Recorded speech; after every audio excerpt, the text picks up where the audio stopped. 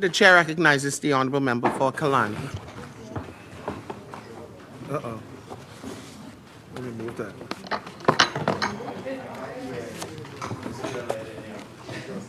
Thank you very much, Madam Speaker. Madam Speaker, it's interesting listening to the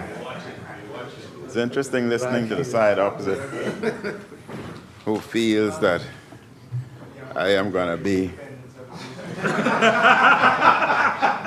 What's that? The 20th one, the 20th one. The day, Madam Speaker, is a very relaxing day. I'm going to be somewhat short.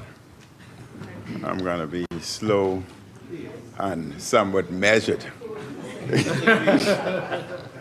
But before I get into the bill, there are a lot of challenges I face within my constituency, Kalani constituency. Yes, the great Kalani constituency. And my people are watching me because they want to be assured that I am informing the government of our challenges, and I know as a responsible government, you will correct those problems and deal with it effectively.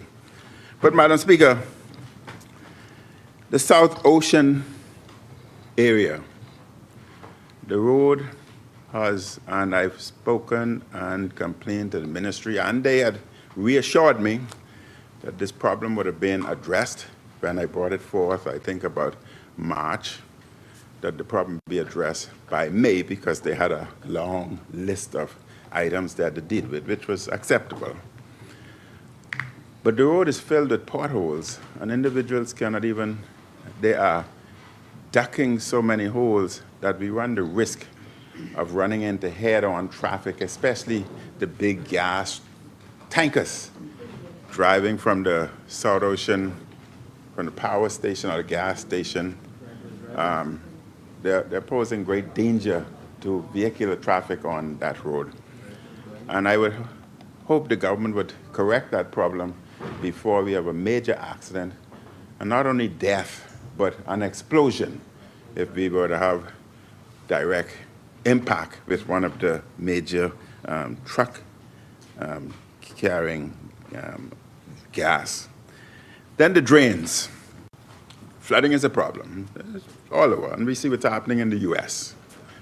But I think Bahamians would be pleased just to know that the government has made regular announcements, not only for Kalani, but for other areas, that the government has a plan.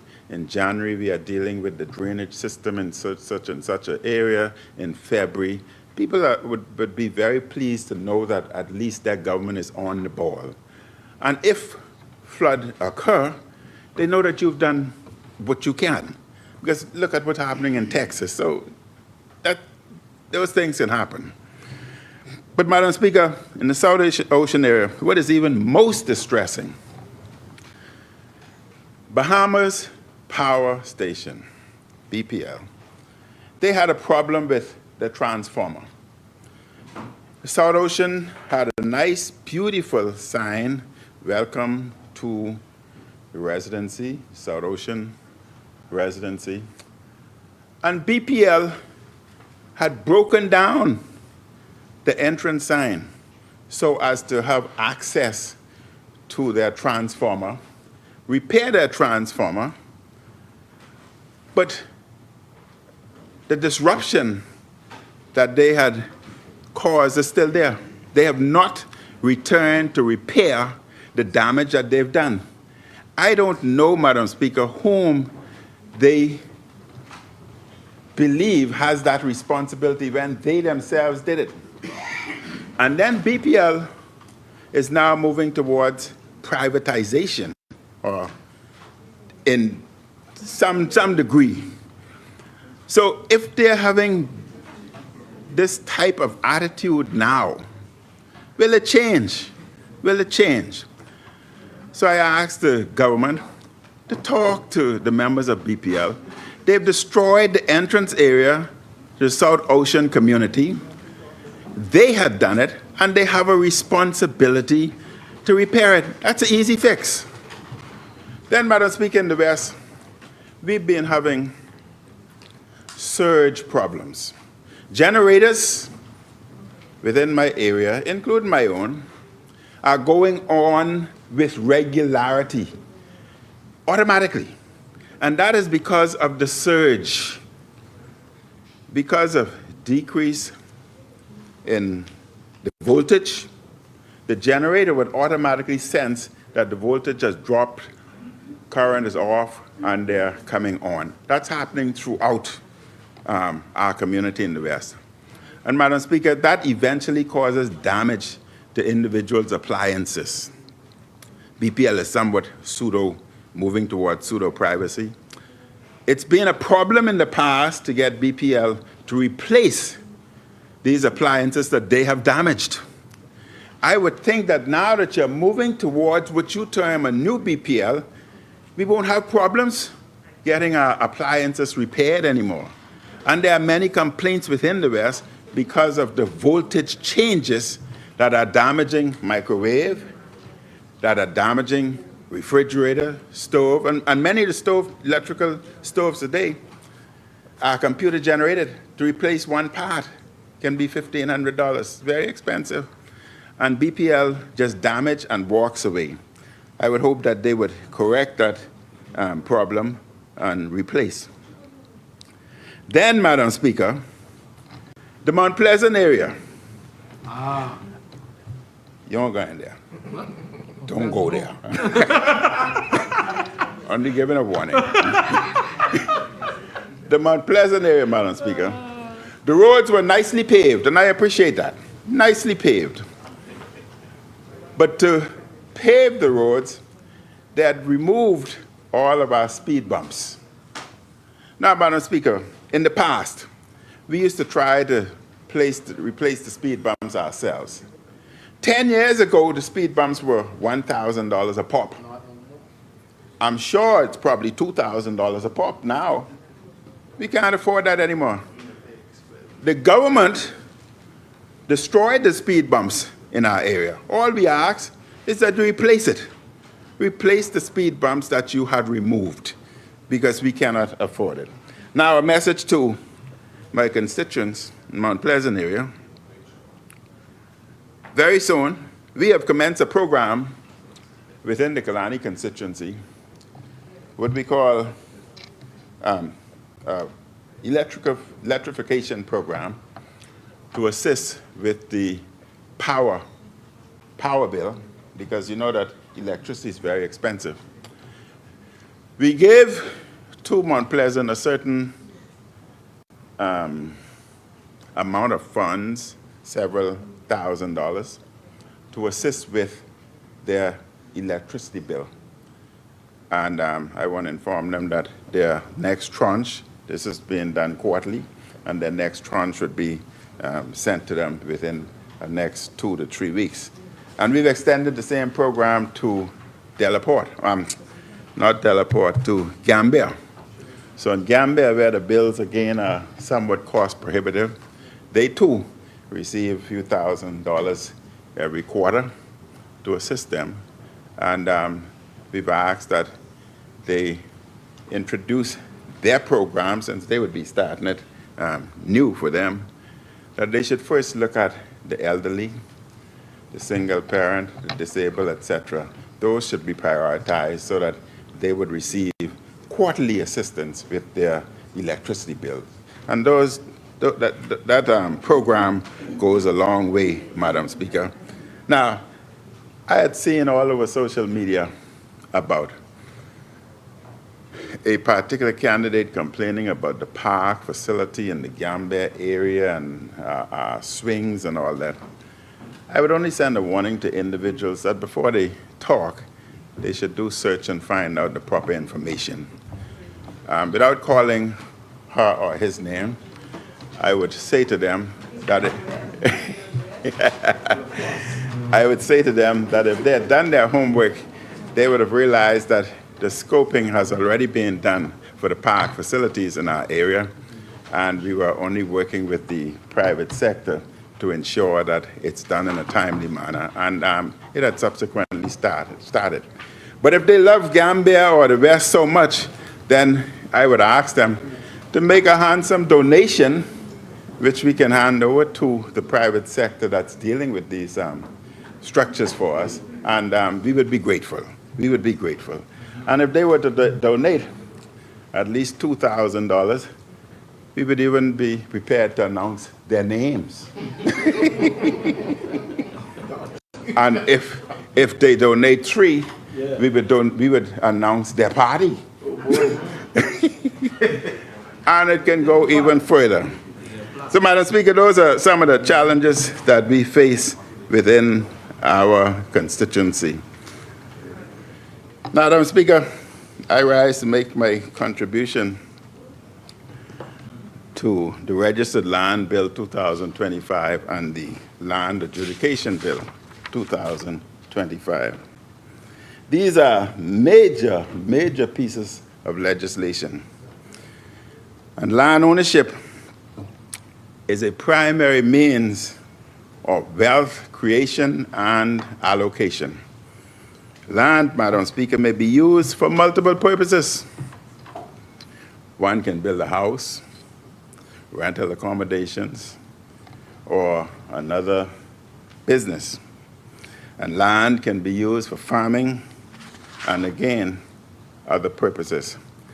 Moreover, land tends to increase in value and often more than other assets and cash. Indeed, Madam Speaker, these are among the reasons that land ownership is often referred to as real estate. Real estate. And my advice to the young people is that land represents wealth, and they should buy as much land as possible while they're young, even if the infrastructure is not in place, because with time, the infrastructure will be put in place. Land in the Family Island is affordable. Land in New Providence is not necessarily affordable, and that's where government has a role to play, especially with New Providence. So the young people, I would advise that they make a 15-year investment, plan their life so that over the next 15 years, they purchase as much land as they can in the Family Islands. Those land would be very cheap and affordable, and in 15 years, when they are just approaching the prime of their life, that land will be more than 10 times the value that they purchased it for. Land, Madam Speaker, is wealth.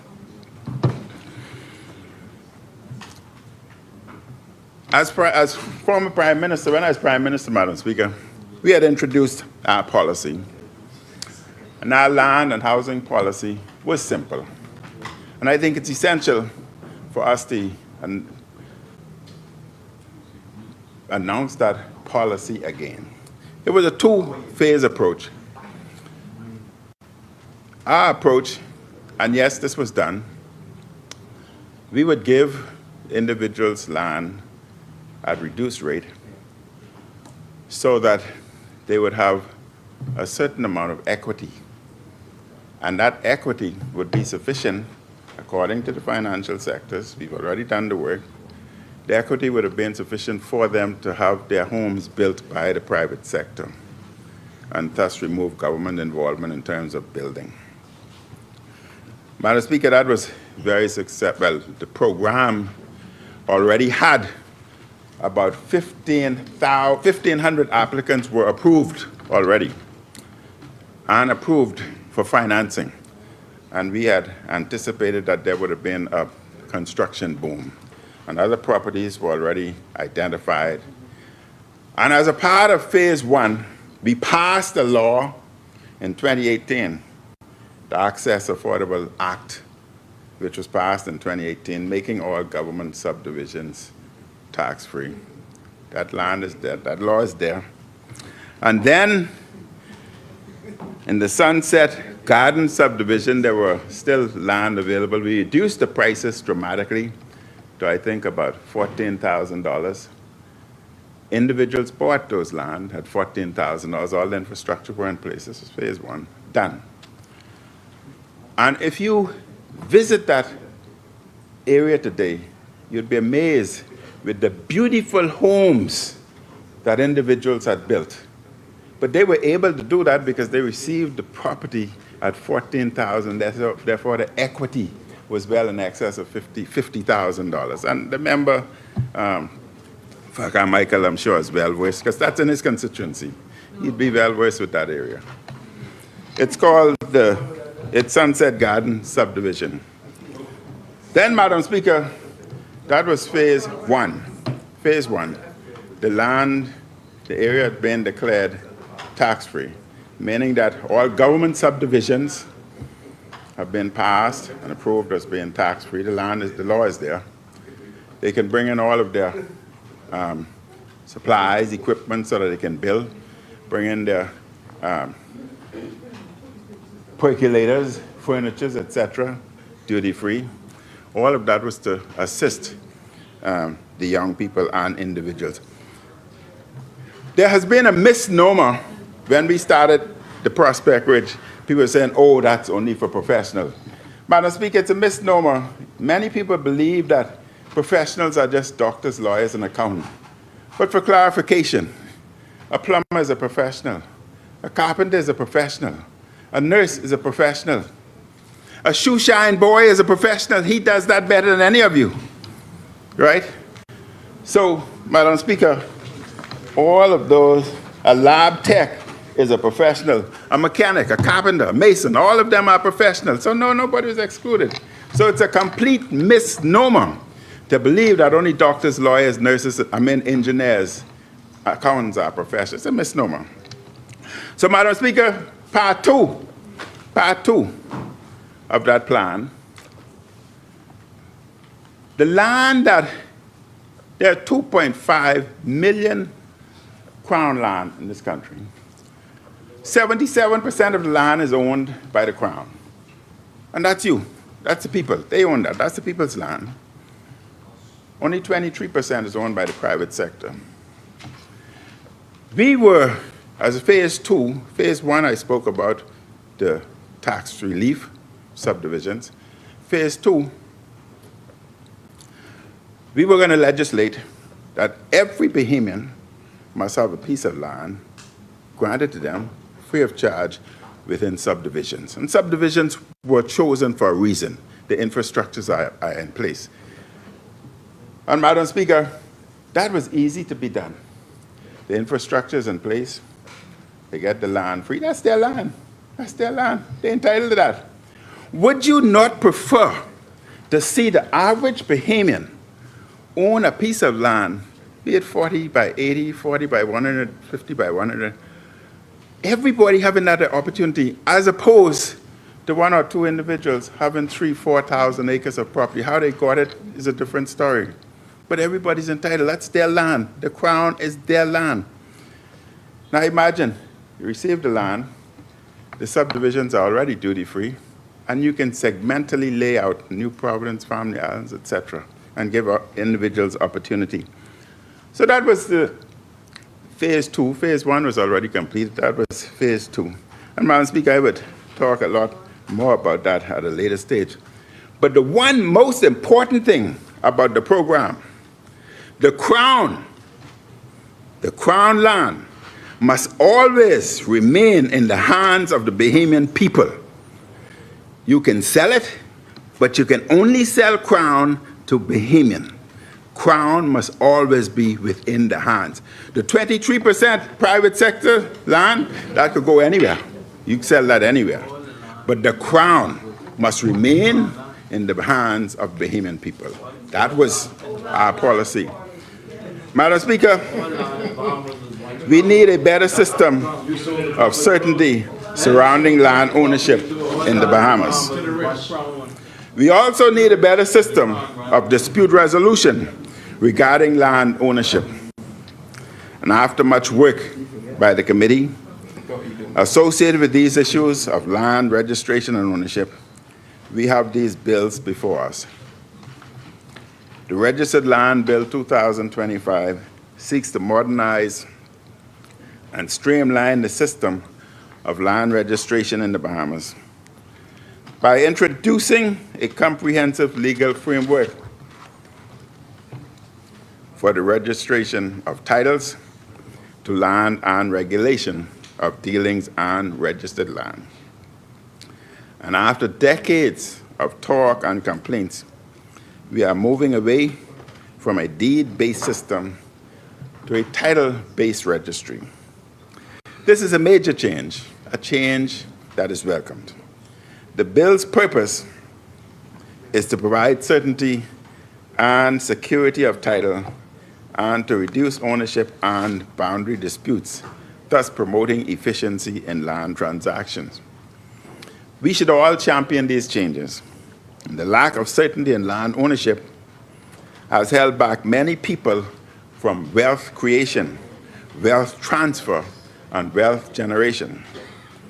By establishing a central land registry, defining the legal effects of registration, and setting out clear procedures for transfers, leases, charges, and other interests of land, the bill aims to facilitate transparent, reliable, and accessible land administration across the country. Every parcel of land will receive a unique ID number, and owners will be issued legal certificates that serve as proof of ownership. I would hope the member for South Andres would at some point explain, does this mean that all subdivisions, their plan would be submitted to the registry?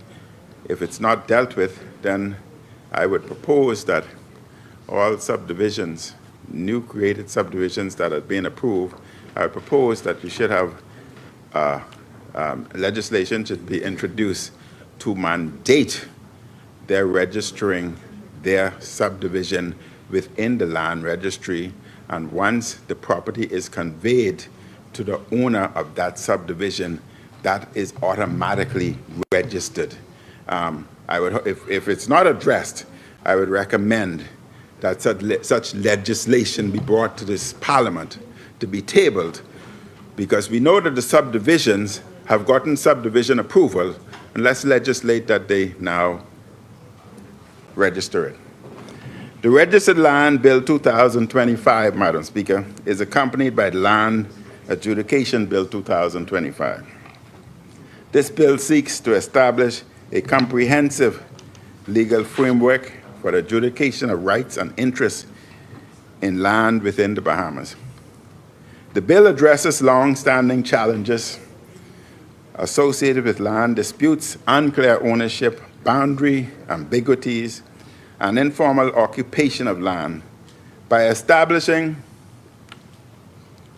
an orderly, efficient, and transparent system for the identification, demarcation, and recording of land ownership and interests. The Land Adjudication Bill 2025 applies to areas declared as adjudication areas by the Minister under Clause 3, excluding lands held in commonage. Madam Speaker, commonage, I'll deal with that another time. Adjudicators with supported terms will visit communities and hear claims while also examining evidence and resolving disputes through a land tribunal. Land will be able to be officially registered and secured once claims are settled. This is important and allows resolutions to disputes to come about in a more orderly manner. Once disputes are resolved, property can be developed or used as collateral for further wealth creation. And Madam Speaker, the Governor General shall, in respect of the adjudication area, appoint on the recommendation of the Judicial and Legal Service Commission an adjudicator who shall be a counsel, an attorney, or at least 7 years, with experience in the practice of law or property and conveyance. It is important, Madam Speaker, that this provision exists, as the adjudicator will be dealing with serious land disputes. Seasoned attorneys with experience in land matters will be needed to fill this role. And the adjudicator shall select 2 people with local knowledge and history of adjudication area from a panel of 4 people appointed by the Governor General.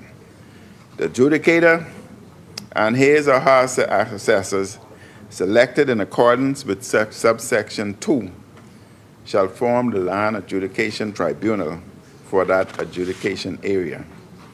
The minister shall ensure the tribunal is provided with the necessary staff and accommodations to enable the tribunal to carry out its functions under this act. And adjudicators will have significant powers.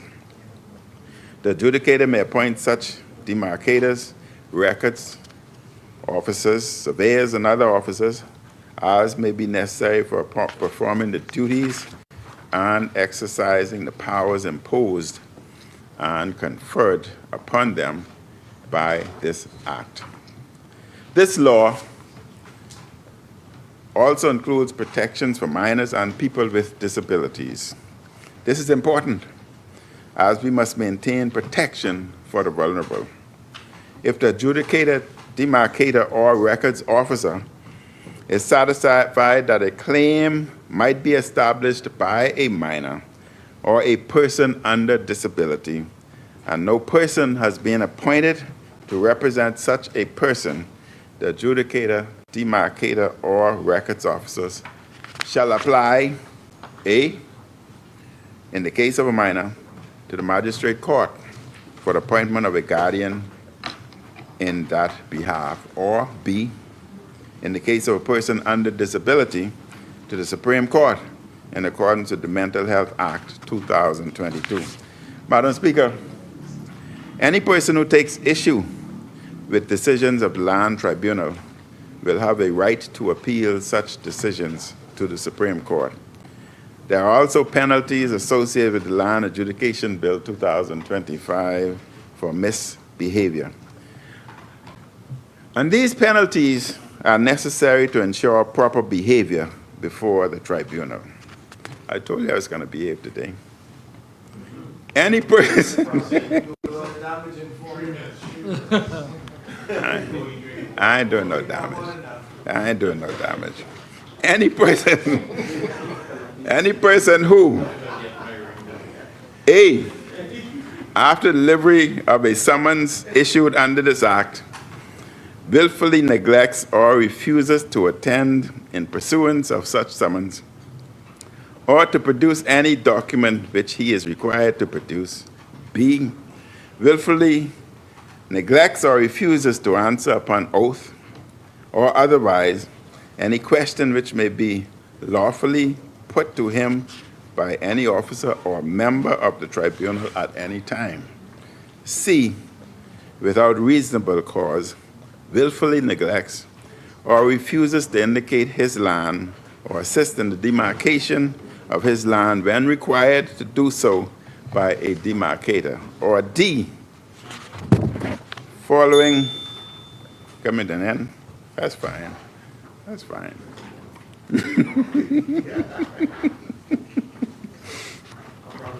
Madam Speaker, I said today I'd be very measured.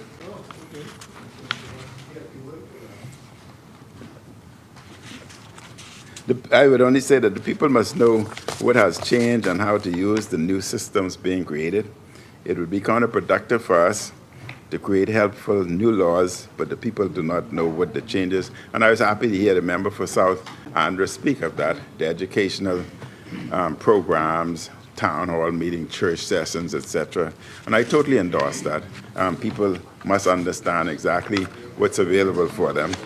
Madam Speaker, Kalani basically supports this bill and look forward to a proper registry being established, and we can start by introducing new legislation making it mandatory for subdivisions under the Subdivision Act that has been approved, that those lands, once they are being conveyed to the correct owner, they can automatically be placed on the proper registry by law.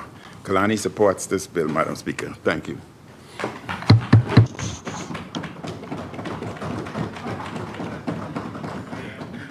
Thank you, honorable member. As Minnie.